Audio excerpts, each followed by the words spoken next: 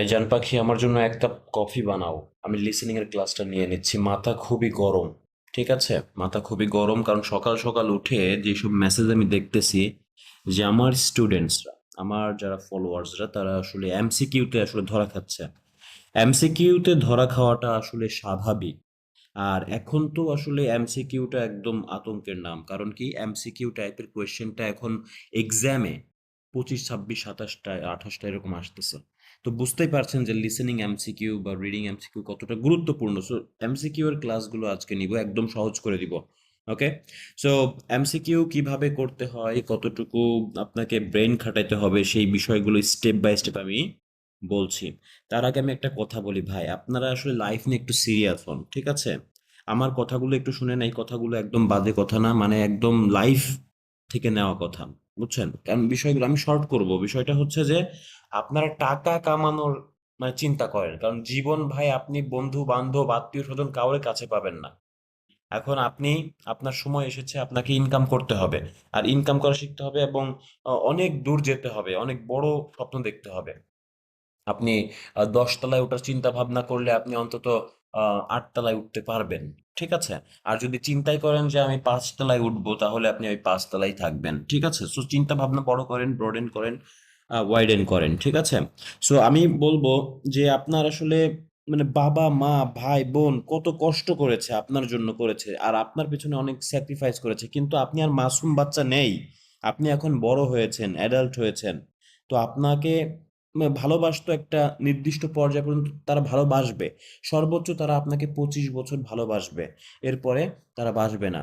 ঠিক আছে? সো আপনি ভাইবেন না যে আপনাকে সারা জীবনই তারা সাপোর্ট দিয়ে যাবে, ভালোবাসবে। আপনি ফেলিওর হলে আপনার মুখের দিকেও তাকাবে না, আপনার কোনো কথাতে বিশ্বাস করবে না, আপনি কোনো উদ্যোগ নিলে আপনাকে তারা সাহায্য করবে না, কারণ আপনি ফেলিওর। আর এখন থেকে ফেলিওর হওয়া যাবে না। নিজেকে আসলে ওইভাবে ডেভেলপ করতে হবে, প্রত্যেকটা কথা যেন আপনার কাজে লাগে এবং ওয়াইজলি হয়। মানুষের জীবন থেকে শিক্ষা নিয়ে চলতে হবে। ঠিক আছে? ভুল করা যাবে না। বারবার ভুল করলে আপনাকে বোকা ভাববে। ঠিক আছে?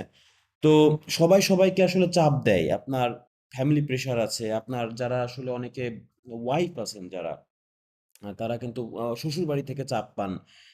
স্বামীর কাছ থেকে চাপ পান যে তোমাকে আইএলটিএস করতেই হবে, করতেই হবে। তারপরেও আপনি পারছেন না। আপনি একটা শিক্ষিতা নারী হয়েও আপনি আইএলটিএসটা পারছেন না। কারণ আমাদের সমাজ ব্যবস্থা ওইভাবে আমাদেরকে শেখায়নি।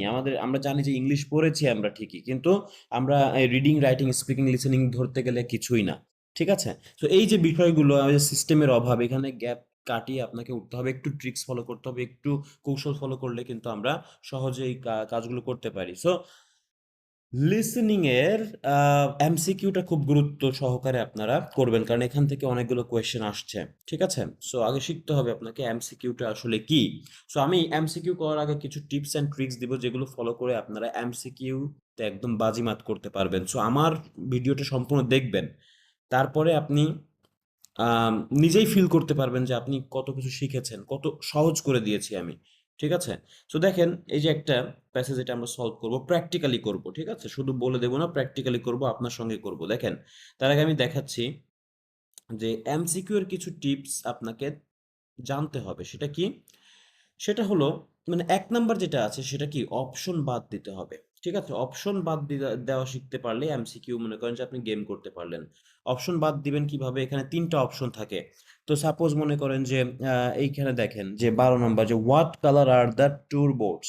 তো what colour are the tour boards, তো বোর্ডস এর আসলে কালার কি? এখন লিসেনিং এ আসলে অতীত, বর্তমান, ভবিষ্যৎ এগুলো নিয়েই বলে, বুঝছেন? তো এখানে যেমন দেখেন যে dark red, jet black, light green. তাহলে এখানে প্রেজেন্ট টেন্সে চাচ্ছে, বা প্রেজেন্ট বর্তমান সময়ে যে আসলে বোর্ডের কালারটা সেটা জানতে চাচ্ছে। তো এখানে বলতে পারে যে অতীতে আমাদের ডার্ক রেড ছিল, আম, ভবিষ্যতে আমাদের লাইট গ্রিন হবে, আমাদের বর্তমানে এটা ব্ল্যাক আছে। তো দেখেন, যেটা আছে সেটাই, অতীত ভবিষ্যৎ এগুলো বাদ, যেটা বর্তমান বা আপনার কোয়েশ্চেন যেটা চেয়েছে, বা পরবর্তী যদি বলতো যে নেক্সট কালার কি করা হবে বোর্ডের, তাহলে আপনি হয়তো ফিউচারটা নিতেন। যদি বলতেন যে অতীতে, কোয়েশ্চেনের উপর ডিপেন্ড করবে। যদি বলতো যে অতীতে কি কালার ছিল, তাহলে যদি বলতো যে অতীতে ডার্ক কালার ছিল, তাহলে আপনাকে ওটাই নিতে হবে। কিন্তু মোটামুটি আপনাকে ৩ টা অপশনই তারা শোনাচ্ছে। ৩ টা অপশন দিয়ে আপনাকে পাজল করে দিচ্ছে। শালারা কত বড় খারাপ! মানে আপনাকে সরাসরি বলতে পারতো যে আপনি লিসেনিং বুঝেন কিনা। কিন্তু তারা ৩ টা, ৩ টাই শোনাবে। কারণ আপনি ভালো করে বলতে পারেন কিনা এটা তারা বা ভালো করে শুনতে পারেন কিনা এটাই তারা দেখবে। ঠিক আছে? আচ্ছা। তো যেটা বলছিলাম, এখন আপনাকে যেটা করতে হবে যে আপনি যেটাই শুনেন না কেন আপনার প্রশ্নর সাথে সামঞ্জস্যপূর্ণ যে কিওয়ার্ডটা সেটাই আপনাকে ধরতে হবে অ্যান্সার হিসেবে। আচ্ছা, দ্বিতীয় নাম্বার কি?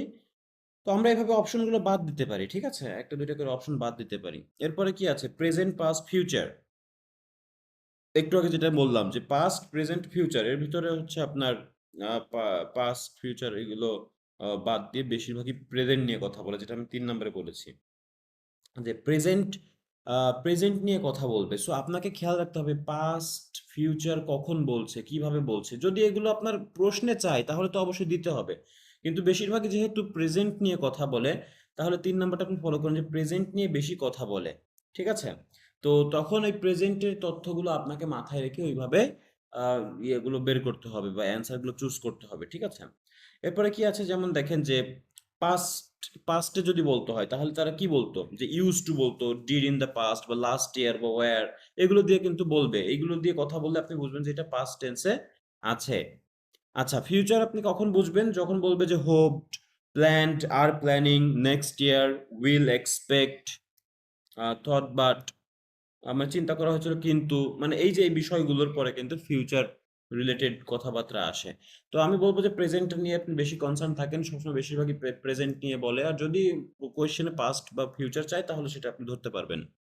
আচ্ছা, ৪ নাম্বার যে প্রশ্ন, মানে যেই কথাটা বলতেছি আমি, ৪ নাম্বারটা খুবই, খুবই, খুবই ইম্পোর্টেন্ট। এটা হলো প্রশ্নের মিনিং লিসেনিং স্কিলের চেয়ে ইম্পোর্টেন্ট। প্রশ্নের মিনিংটা লিসেনিং স্কিলের চেয়ে ইম্পোর্টেন্ট। আপনি কম বেশি সবই বুঝতে পারবেন। লিসেনিং এমনই একটা বিষয়, এটা স্পষ্টভাবে সিম্পল থিং অডিও প্লে করবে। ঠিক আছে? মানে খুব অ্যাডভান্স ওয়ার্ড দিয়ে কথা বলবে না তারা। আপনি কি বুঝতে পারছেন আমি কি বলতেছি? মানে অ্যাডভান্স ওয়ার্ড তারা ব্যবহার করবেই না। মানে খুবই কম করবে, রেয়ার। তো তাদের মানে একটু কঠিন মনে হতে পারে। একটা হলো আপনার হচ্ছে আপনি সবই বুঝবেন, তারা যখন উচ্চারণ করছে সবই বুঝবেন, কিন্তু আপনার মনে হবে যে আমি তো কিছুই ধরতে পারতেছি না, কারণ আপনি তো প্রশ্নের মিনিংটাতে গুরুত্ব দেননি, আপনি অডিওর জন্য বসে আছেন। আপনি যদি প্রশ্নটা গুরুত্ব দিতেন তাহলে আপনি ধরতে পারতেন। সাপোজ মনে করেন যে সেকশন ওয়ানে আপনি যদি দেখেন যে অ্যাড্রেস, অ্যাড্রেস দিয়ে ড্যাশ দেওয়া আছে, তার মানে আপনি বুঝতে পারছেন যে এখানে একটা অ্যাড্রেস চাচ্ছে। সাপোজ একটা ফোন নাম্বার দিয়ে ড্যাশ দেওয়া আছে, তাহলে আপনি বুঝতে পারছেন যে এখানে ফোন নাম্বার চাচ্ছে। কিন্তু যখন এমসিকিউতে আসতেছেন, অনেক বড় একটা কোয়েশ্চেন, এই কোয়েশ্চেনটা আপনি ভালো করে বুঝলেন না বা এইটার আশায় আপনি থাকলেন না, কারণ এখানে অনেক বড় একটা সেন্টেন্স হিসেবে কোয়েশ্চেন করেছে। কিন্তু যেখানে শর্ট করে বোঝাচ্ছে সেখানে আপনি ঠিকই ধরতে পারছেন, কিন্তু বড় করে যখন একটা কোয়েশ্চেন করতেছে তখন আপনি ধরতে পারছেন না, কারণ এটা আপনার কাছে ক্লিয়ার না। ক্লিয়ার হলে, কোয়েশ্চেন যদি ক্লিয়ার হতো আপনি লিসেনিং ধরতে পারতেন, কারণ লিসেনিং সবই বুঝেন। কিন্তু ওই ধরতে পারছেন না অ্যান্সার, কারণ মাথার উপর দিয়ে যাচ্ছে কেন? কারণ আপনার কোনো উদ্দেশ্যই নেই যে আপনি কি খুঁজবেন। সো প্রশ্নের মিনিংটা করা গুরুত্বপূর্ণ। আর প্রশ্নেও আমি বলবো যে খুব সিম্পল ওয়ার্ড দিয়ে, আমি যদি আপনাকে চ্যালেঞ্জ করে বলতে পারি এখান থেকে এমন কোনো ওয়ার্ড আমাকে দেখান যেটার মিনিং আপনি জানেন না। তো আপনি একটু ক্যামব্রিজ খুলে দেখেন না। আপনি যদি কোনো ওয়ার্ডের মিনিং, প্রশ্নের আমি বলছি, প্যাসেজের তো নাই পারতে পারেন, কিন্তু প্রশ্নের কোনো কিওয়ার্ড যদি আপনার না জানা থাকে আমাকে পরে বললেন। আপনি ১০০টায় ২টা নাই জানতে পারেন, কিন্তু ৯৮টা তো জানেন। ৯৮টা দিয়ে কিন্তু কাজ করা যাবে। ঠিক আছে? আর যদি মনে করেন যে আমাকে ১০০ তে ১০০ই শিখতে হবে, ওই আশায় আপনি মনে করেন ৬ মাস ৭ মাস কাটায় দেন, তারপরেও আপনি আন্ডা পাবেন, ঘোড়ার আন্ডা। ঠিক আছে? তো আপনাকে এইভাবে ইয়ে করতে হবে, ক্লিয়ারলি নিজেকে মেসেজ দিতে হবে। ঠিক আছে? আচ্ছা, ১ মিনিট। ওকে, তাহলে যেই বিষয়টা আমি বলছিলাম যে আপনি খুব সুন্দরভাবে কিন্তু কাজগুলো করতে পারেন। আচ্ছা, তাহলে আমি এখন যেই বিষয়টা একটু বলবো সেটা কি আমরা একটু প্র্যাকটিক্যালি করব। ঠিক আছে? তো ১১ নম্বরের কোয়েশ্চেনটা কি চাচ্ছে দেখেন, যে what is the maximum number of people who can stand each side of boat. তাহলে এখান থেকে আমি কি দেখাতে পারি? The maximum number people who can stand east side. তো প্রত্যেক সাইডে সর্বোচ্চ কতজন মানুষ দাঁড়াতে পারবে বোটে? তাহলে এখানে বলছে 9, তারপরে বলছে কি 15, 18। তাহলে এখানে আপনাকে তিনটাই শোনাইতে পারে। এখন কিভাবে শোনাবে তারা, এটা তাদের ব্যাপার। তো যেভাবে শোনাক না কেন আপনি দেখবেন যে প্রত্যেকটা সাইডে সর্বোচ্চ কতজন দাঁড়াইতে পারে সেটা হলো আপনার মানে মাথায় থাকবে, বুঝছেন? তো আপনি এইভাবে আপনি খেয়াল করেন, যখন তারা এক্সট্রা কথা বলবে সেই বিষয়গুলো খেয়াল করেন যে তারা আসলে কি বলছে, ম্যাক্সিমামের কোনো কথা বলছে কিনা। তাহলে এটা আপনার একটা কিওয়ার্ড, ভালো কিওয়ার্ড যে ম্যাক্সিমাম হতে হবে, সর্বোচ্চ কত। ঠিক আছে, প্রত্যেক সাইডে, বোটের প্রত্যেকটা সাইডে কতজন সর্বোচ্চ দাঁড়াইতে পারবে। তো এখানে ম্যাক্সিমাম বলতে এখানে ওভার বলতে পারে, বা এর একটা সিনোনিম বলতে পারে, যেগুলো আসলে আপনাকে খেয়াল করতে হবে। আমি অডিওটা প্লে করে দিচ্ছি, আপনারা একটু মনোযোগ সহকারে এটা একটু করবেন, ঠিক আছে? আমার সাথে সাথে করবেন। আমি একটু প্লে করে দিচ্ছি অডিওটা, দেখেন।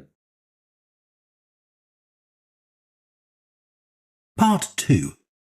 You will hear a tour guide, Lou Miller, speaking to a group of people about a boat trip they are going to take around the Australian island of Tasmania.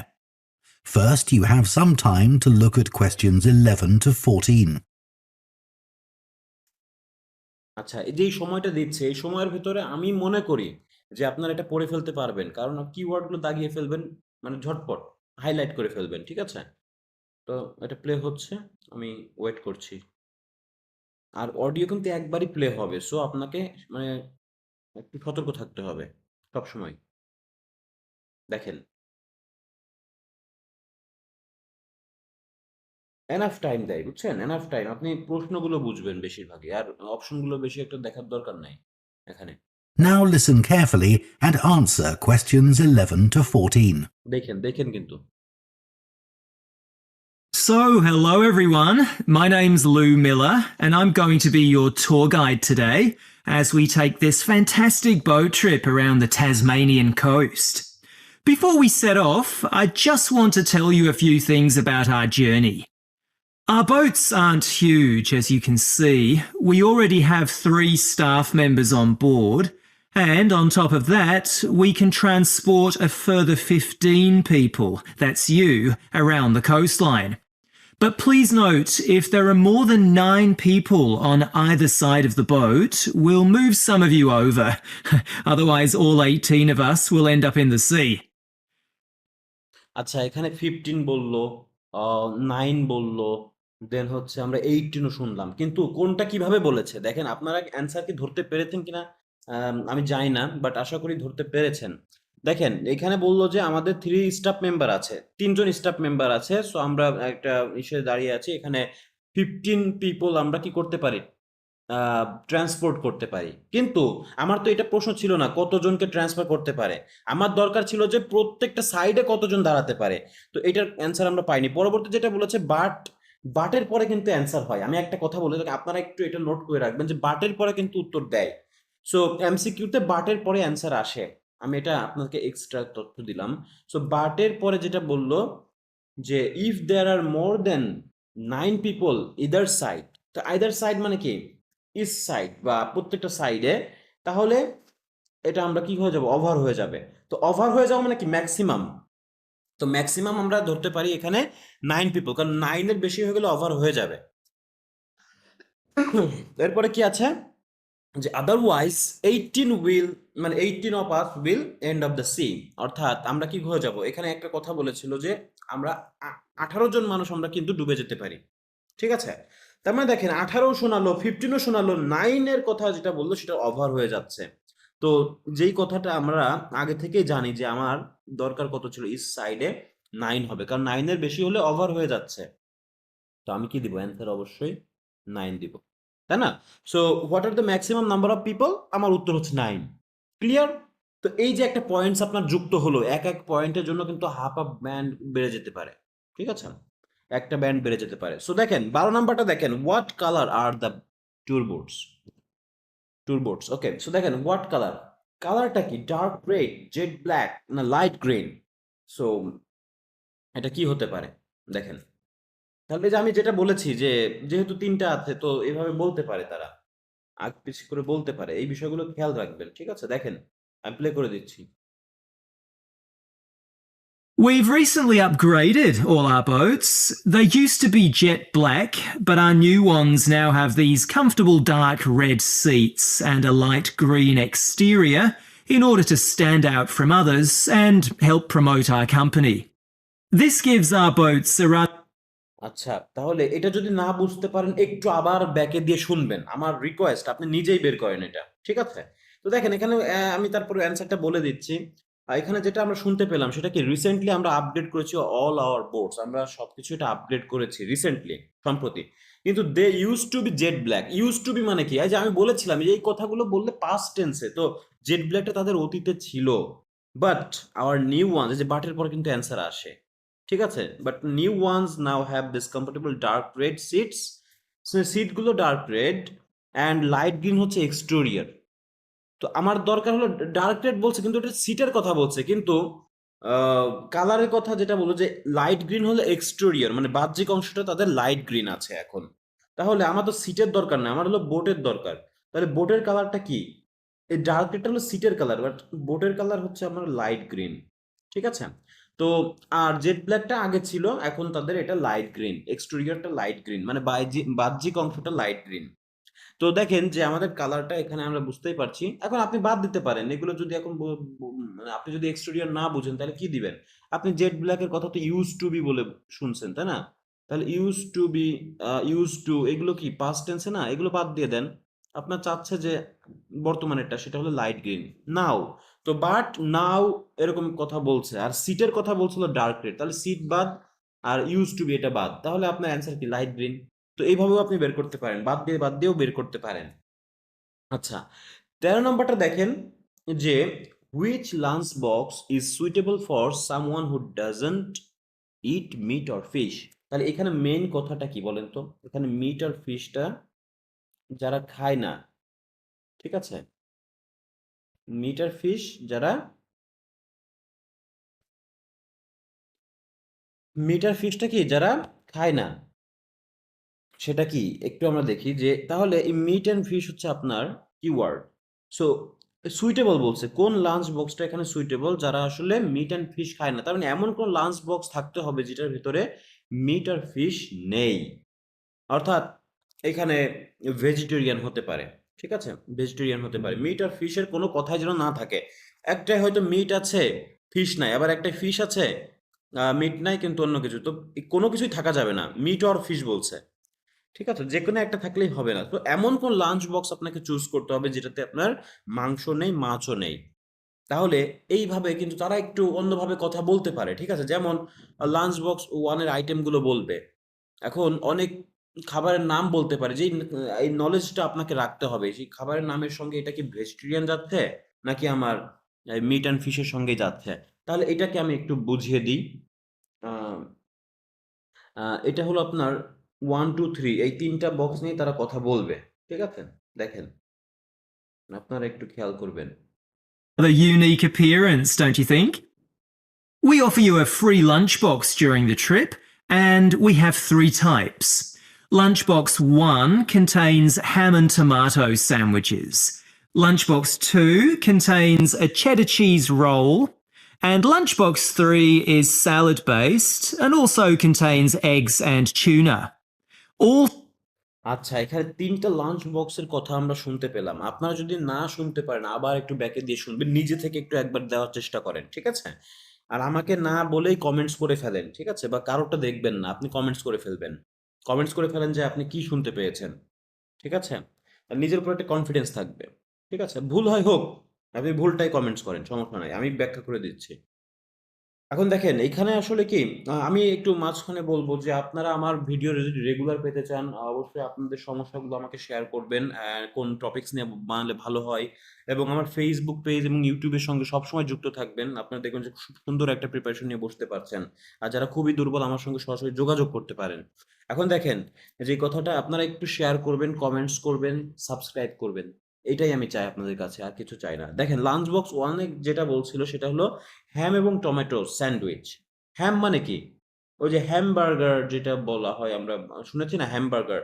So হ্যাম যেহেতু বলছে তার মানে এর ভিতরে মাংস, বার্গারে তো অবশ্যই মাংস থাকবে, মিট। তো এই যে এইটা কিন্তু আপনি নিতে পারবেন না, লাঞ্চ বক্স ওয়ান কিন্তু বাদ। টমেটো দেখে হয়তো বুঝতে পারছেন যে হ্যাম অ্যান্ড টমেটো যেহেতু বলছে তাহলে একটা ভেজিটেবলের কথা বলছে, আর হ্যাম ওই টাইপের কিছু বলছে যেটা আপনার বার্গারের সঙ্গে যেই ইয়েটা খাই আমরা, যে মাংস পিসটা খাই সেটাই হলো হ্যামবার্গার। সো এখানে টমেটো স্যান্ডউইচ দিয়ে এইগুলো বলতেছে, তার মানে লাঞ্চ বক্স ওয়ান বাদ। আচ্ছা, লাঞ্চ বক্স টু নিয়ে যেটা বললো সেটা হলো চেডার চিজ রোল। চিজ রোলের সঙ্গে আর কিচ্ছু বলেনি। ঠিক আছে? তাহলে চিজ রোল মানে কি? চিজ রোল একটা পনির জাতীয় বিশেষ। তো এর ভেতরে কিন্তু মাংসও নেই, মাছও নেই। তার মানে এইটা আমরা চুজ করতে পারি। আর যেটা 3 বলছিল সেটা হলো এগ অ্যান্ড টুনা। টুনা তো একটা মাছের নাম। টুনা মাছ আমরা সবাই জানি। কমবেশি আমরা সবাই জানি টুনা মাছ। খুবই আ বিখ্যাত এটা কিন্তু। আমাদের দেশে এটা তো নাই কিন্তু এটা সামুদ্রিক মাছ। তো দেখেন টুনা মাছ, এগস তো এইগুলো তো আপনি বুঝতেই পারছেন যে মাছ যেহেতু এখানে আছে, ১ম টাতে মাংস, পরেরটাতে একদম ৩ নাম্বারটাতে হচ্ছে মাছের কথা বলছে। কিন্তু ২ নাম্বারে কোনো মাছ, মাংস কিছুই বলেনি। যার কারণে এটা কি হবে? এটা একটা ভেজিটেবল আ বিষয়, ভেজিটেরিয়ান হতে পারে। সো লাঞ্চ বক্স 2 হচ্ছে দেখেন প্রশ্নটা বুঝতে হবে। আমি এইজন্য বলেছি প্রশ্নটা বুঝতে হবে। যারা এটা পছন্দ করে না, মিট আর ফিশ যারা পছন্দ করে না তাদের জন্য লাঞ্চ বক্স 2 টাই বেস্ট। তাহলে আপনি বুঝতে পারছেন যে কেন আমরা 2 দিচ্ছি। কারণ এটা মিট অ্যান্ড ফিশ নেই। একদমই নেই। এরপরে দেখেন যে what should people do with their litre? What should people do with their litre? তো লিটার গুলো দিয়ে আসলে পিপলরা কি করে? তাদের লিটার দিয়ে কি করে? টেক ইট টু হোম, এটা বাসায় নিয়ে যায়, নাকি এটা একটা মেম্বার স্টাফদেরকে মানে হাতে দিয়ে দেয়, নাকি put in a beans provide on the boat, নাকি এটা বিনে ফেলে দেয় যেটা কিনা বোটেই দেওয়া থাকে বা দেওয়া আছে। সো এটা একটু দেখেন, এটার অ্যান্সার আপনারা কমেন্ট সেকশনে কমেন্ট করে জানাবেন। এটার আমি অ্যান্সার বলবো না। আপনাদের আমি এটা আপনাদের একটা চ্যালেঞ্জ দিলাম যে আপনারা ধরতে পারেন কিনা। ঠিক আছে? সো কারোরটা দেখবেন না। নিজে যদি পারেন সেটা অ্যান্সার করবেন। তো ১৪ নম্বর অ্যান্সারটা আমি একটু আপনাদের কাছ থেকে জানতে চাচ্ছি। দেখেন। 3 lunchboxes also have a packet of crisps and chocolate bar inside. Please let staff know which lunchbox you prefer. I'm sure I don't have to ask you not to throw anything into the sea. We don't have any bins to put litter in, but Jess, myself, or Ray, our other guide, will collect it from you after lunch and put it all in a large plastic sack. আচ্ছা, বাক্যটা বুঝতে হবে। বাক্যটা বুঝতে হবে। আমি বলব যে আশা করি এটা বুঝে আপনার অ্যান্সারটা দিবেন। সো এটার অ্যান্সার আমি চাই। ১৪ নম্বরের অ্যান্সারটা আমি কমেন্ট সেকশনে চাই। সো এইভাবে যদি আমরা একটা পয়েন্টস করে আগাতে পারি, আর আমাদের যদি ২৫-২৬ টাও এমসিকিউ আসে, আমাদের কোনো সমস্যাই হবে না। কারণ এমসিকিউ মনে করেন যে বুঝতে পারলে খুব সহজ। একই কথা শুধু একটু ঘুরিয়ে বলবে, একটু ব্যাখ্যা করে বলবে এইগুলাই। তো এটা নিয়ে ভয় পাওয়ার কিচ্ছু নেই। ঠিক আছে? যেভাবেই আসুক না কেন আমরা এটা করতে পারবো। আর যেটাতে আপনি বেশি ভয় পাবেন সেটা নিয়েই কাজ করবেন। দেখবেন যে হয়ে গেছে। আর অনেকে আছেন যারা একটু মনে করেন যে অল্প ভয় হয়ে যান বা দুর্বল হয়ে যান। তো এই দুর্বলতা আপনাকে আবার গ্রাস করে। সো যদি একটু আপনাদের গাইডলাইন দরকার হয় অবশ্যই আমার সঙ্গে যোগাযোগ করবেন। আর আপনি আসলে কি করবেন যে বিষয়টা একটু নিয়ে মানে ঘাটাঘাটি করবেন সেটা নিয়ে একটু নলেজ কিন্তু আপনার বাড়বে। ঠিক আছে? সো আমার ভিডিও যদি রেগুলার ফলো করেন আমার প্রত্যেকটা প্লেলিস্টে সব ভিডিও দেওয়া আছে। ওইগুলো দেখেন। সুন্দর একটা প্রিপারেশন নিয়ে কিন্তু আপনি এক্সামে বসতে পারবেন। সো এমসিকিউ আশা করি আমি অনেকটাই সহজ করতে পেরেছি। আর এই নিয়মগুলো একটু আপনারা মেনে চলবেন। দেখবেন যে বেশি নিয়ম কিন্তু দেইনি এখানে। জাস্ট কয়েকটা বিষয় নিয়ে আলোচনা করেছি। আর বাট এর পর, হাউএভার এর পর, এগুলোর পর তো অ্যান্সার থাকেই। ঠিক আছে? So thank you so much for watching the full video. সবাই ভালো থাকবেন, সুস্থ থাকবেন। আর কোন বিষয় নিয়ে বানাবো সেটাও আমাকে কমেন্টস করে জানাতে পারেন। Thank you.